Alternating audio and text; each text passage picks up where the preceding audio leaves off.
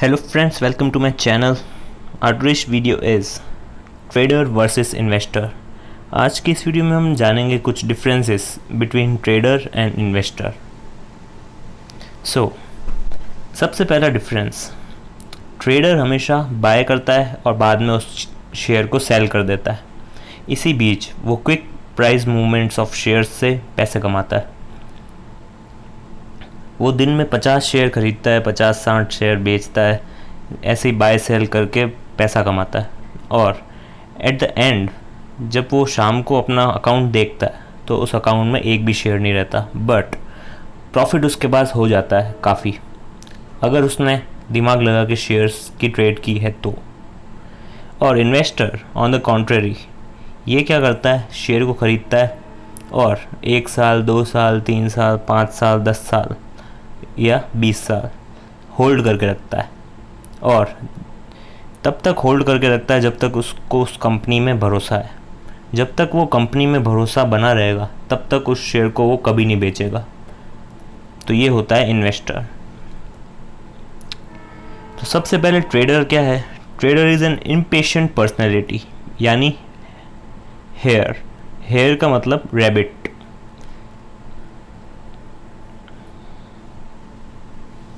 Trader takes decisions within minutes, days, weeks, months, क्योंकि trader की life ऐसी होती है, उसको एकदम फास्ट डिसीजन लेना होता है। अगर उसने एक भी डिसीजन गलत लिया तो उसका सारा प्रॉफिट नष्ट हो जाता है।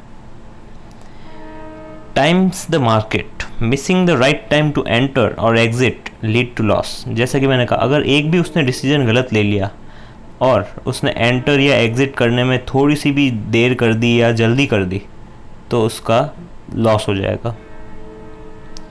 Stock selection strategy based on technical analysis, उसको हम कहते हैं मोमेंटम ट्रेडिंग, यानी चार्ट्स, ग्राफ, पास्ट के परफॉर्मेंस स्टॉक का जो होता है वो देखना, उसकी प्राइस पे नज़र रखना, चार्ट के ज़रिए, ग्राफ के ज़रिए, कैंडल स्टिक्स और भी बहुत सारे टूल्स होते हैं, वो सब होते हैं टेक्निकल एनालिसिस। उसके बेस पर ये स्टॉक सिलेक्शन स्ट्रेटजी बनाता है। अब हम बात करते हैं कंपेयर करते हुए ट्रेडर को इन्वेस्टर की। जैसा कि मैंने कहा था, trader is a rabbit, sorry like a rabbit, is तो नहीं होगा। A trader is of an impatient personality but on the contrary investor is slow and steady approach, यानी टॉर्टोइज। आपने रैबिट और टॉर्टोइज की कहानी सुनी होगी, सेम वही है। इन्वेस्टर हमेशा स्लो और स्टडी अप्रोच रखता है, वो जल्दबाजी बिल्कुल नहीं करता, एक शेयर को होल्ड करके रखता है बहुत सालों तक। Decisions are based on long term consequences, hence range from years to decades, क्योंकि डिसीजन वो एक बार ले लेगा उस शेयर को खरीदने का, बट उसका डिसीजन फटाफट चेंज नहीं होना चाहिए, क्योंकि अगर फटाफट चेंज हो गया तो वो उसको लॉस हो जाएगा। क्योंकि जो शेयर्स लॉन्ग टर्म में रिटर्न्स देते हैं वो कभी शॉर्ट टर्म में रिटर्न नहीं देते। जैसे कि जिस शेयर की एकदम स्टेडी मूवमेंट है, वो एकदम सही चल रहा है और फ्यूचर में जाके वो 100% ग्रो ही करेगा, और हमने अगर जल्दबाजी में उसको सेल कर दिया तो हमें लॉस हो जाएगा। So investor decisions are based on long term consequences, कि लॉन्ग टर्म में क्या होगा वो सब देखते हुए वो डिसीजन लेता है। Investor do not time the market or get bothered by short term market volatility। जैसा कि फॉर एग्जांपल रिसेशन आ गया, अभी जैसे कोरोना वायरस का टाइम है तो रिसेशन आया था। जैसे ही रिसेशन आया तो इन्वेस्टर क्या करेगा, अपने सारे शेयर बेच देगा। इन्वेस्टर क्या करेगा, उसको होल्ड करके रखेगा और कंपनी पे फेथ रखेगा अपना। इन्वेस्टर को कोई फ़र्क नहीं पड़ता शॉर्ट टर्म में रिसेशन आए या कुछ भी हो। Stock selection strategy based on fundamental analysis, trader के केस में क्या था, टेक्निकल एनालिसिस, यहाँ है फंडामेंटल एनालिसिस, यानी वैल्यू इन्वेस्टिंग। आप फंडामेंटल एनालिसिस कैसे करेंगे? By analysing the company P&L, balance sheet, cash flows और भी बहुत सारी चीज़ें, कंपनी का मैनेजमेंट, ओवरऑल इकोनॉमी, कंपनी की जिस इंडस्ट्री में उस इंडस्ट्री का एनालिसिस, बहुत सारे एनालिसिस करके वो एक स्टॉक सिलेक्शन स्ट्रेटजी बनाता है। और उस चीज़ को कहा जाता है वैल्यू इन्वेस्टिंग, बिकॉज वो कंपनी का शेयर जल्दी सेल नहीं करना चाहेगा, अगर उसने इतनी मेहनत की है, इतनी एनालिसिस की है, तो वो उस कंपनी पे फेथ रखेगा और लॉन्ग टर्म तक उस कंपनी का शेयर होल्ड करके रखेगा। नेक्स्ट, ट्रेडर के केस में requires real time data and information to take buy and sell decisions, hence is on his toes all the time.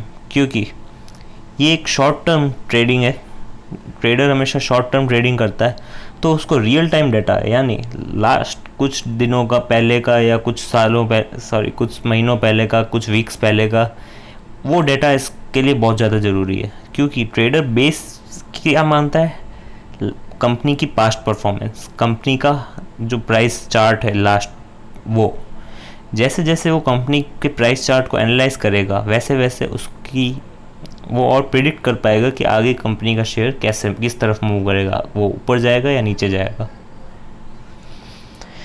Next, trader does not pay attention to what the company does and only focuses on the script price and trade volume. जैसा कि मैंने कहा, script price मतलब company की जो price होती है, stock price, जैसे जैसे वो चेंज होती है वो ट्रेडर के दिमाग में वैसे वैसे चलता है। और ट्रेड वॉल्यूम यानी नंबर ऑफ ट्रांजैक्शंस जो शेयर के लिए किए हैं लोगों ने, उस चीज़ को कहा जाता है वॉल्यूम। तो वो सिर्फ इन दो चीज़ों को ध्यान देता है, script price and trade volume. वो कंपनी क्या कर रही है, कंपनी का P&L, कंपनी की अर्निंग्स, कंपनी का डिविडेंड, इन सब चीज़ों पे बिल्कुल भी ध्यान नहीं देता।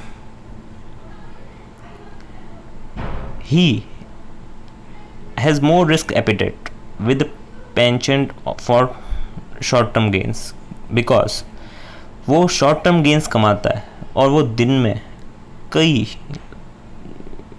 100-200 शेयर खरीदता है बेचता है। तो ऑब्वियस सी बात है, जितने ज़्यादा शेयर्स वो खरीद रहा है उतना ज़्यादा वो रिस्क झेलेगा। सो उसका हमेशा रिस्क एपिटेट यानी कैपेसिटी ऑफ टेकिंग रिस्क हमेशा हाई रहता है। Trader is more likely to buy shares based on recommendation by friend, other stock market traders, media and other external sources। क्योंकि उसके पास इतनी नॉलेज नहीं होती ना, वो सिर्फ हमेशा कंपनी की प्राइस पे ध्यान देता है, कंपनी के शेयर की प्राइस पे।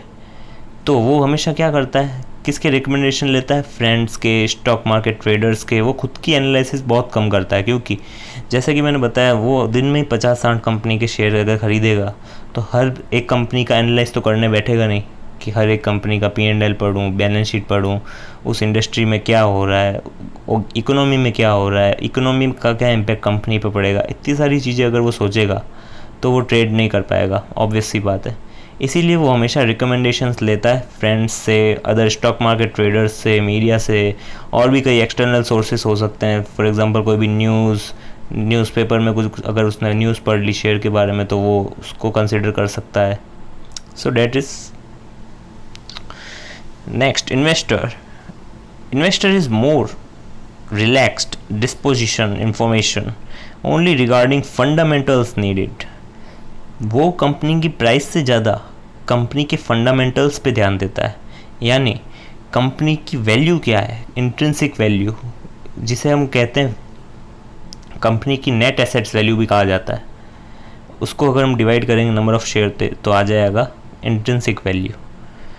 तो इन्वेस्टर हमेशा रिलैक्स्ड रहता है, वो हमेशा ये नहीं सोचता कि कंपनी का प्राइस पे नज़र नहीं रखता, हमेशा वो शेयर खरीद के छोड़ देता है। और जैसे जैसे कंपनी के बारे में उसको नॉलेज मिलती है, न्यूज़ पेपर में जनरली जो न्यूज़ आती है उसमें अगर कुछ बहुत बड़ी जब तक गड़बड़ नहीं हो तब तक वो कंपनी का शेयर कभी नहीं बेचता। वो हाँ नज़र बना के रखता है कंपनी के मैनेजमेंट पे कि मैनेजमेंट में कुछ चेंज तो नहीं हो रहा, या कंपनी की न्यूज़ के बारे में अवेयर रहता है, बट वो इतना प्राइस फ्लक्चुएशन पे ध्यान नहीं देता। Based on all decisions on the conviction he has on the company's growth prospect। क्योंकि ये वैल्यू इन्वेस्टिंग करता है इन्वेस्टर, वो हमेशा ग्रोथ के बारे में सोचता है कि कंपनी की ग्रोथ हो रही है या नहीं हो रही है। क्योंकि अगर कंपनी की ग्रोथ नहीं होगी तो उसका उस शेयर खरीदने से कोई मतलब नहीं रह जाएगा। क्योंकि अगर उसको रिटर्न्स नहीं मिलेंगे जब तक, क्योंकि अगर उसने वेट कर दिया है 5 साल 10 साल उसके बाद भी उसको रिटर्न नहीं मिल रहा है तो फिर उसकी पेशेंट ज़रूर डगमगाएगी। बट कुछ इन्वेस्टर्स ऐसे होते हैं जो भले ही शेयर रिटर्न नहीं दे रहा है बट उनको उस कंपनी पे कॉन्फिडेंस रहता है कि वो आगे जाके ज़रूर ग्रोथ करेगी, तो वो उसके हिसाब से अपने डिसीजंस लेते हैं। possesses लेस रिस्क एपिटेट, क्योंकि ये इनका टर्म जो होता है वो लॉन्ग टर्म होल्ड रहता है, और आप सबको पता होगा शेयर मार्केट लॉन्ग टर्म में हमेशा पॉजिटिव ही रहता है। और जैसे ही अगर उसने किसी कंपनी में, for example Reliance, TCS, ITC, इन सब रेप्यूटेड कंपनी में अगर उसने शेयर ख़रीदा है तो वो डेफिनेटली लॉन्ग टर्म में रिटर्न्स देगी, और तो इसमें इसका रिस्क भी कम रहता है और उसकी कैपेसिटी ऑफ रिस्क ट्रेडर से कम रहती है। Investor invests only when his investment objective aligns with the business, does his own research, जैसा कि मैंने कहा कंपनी के बारे में पूरी रिसर्च करता है, and invest only after he completely convince himself of the potential of the business, potential यानी आगे जाके वो बिजनेस कितना ज़्यादा ग्रोथ करेगा और कितना ज़्यादा उसको रिटर्न मिलेगा। सो डेट्स वाई इन्वेस्टर और ट्रेडर के बीच में यही डिफरेंस है।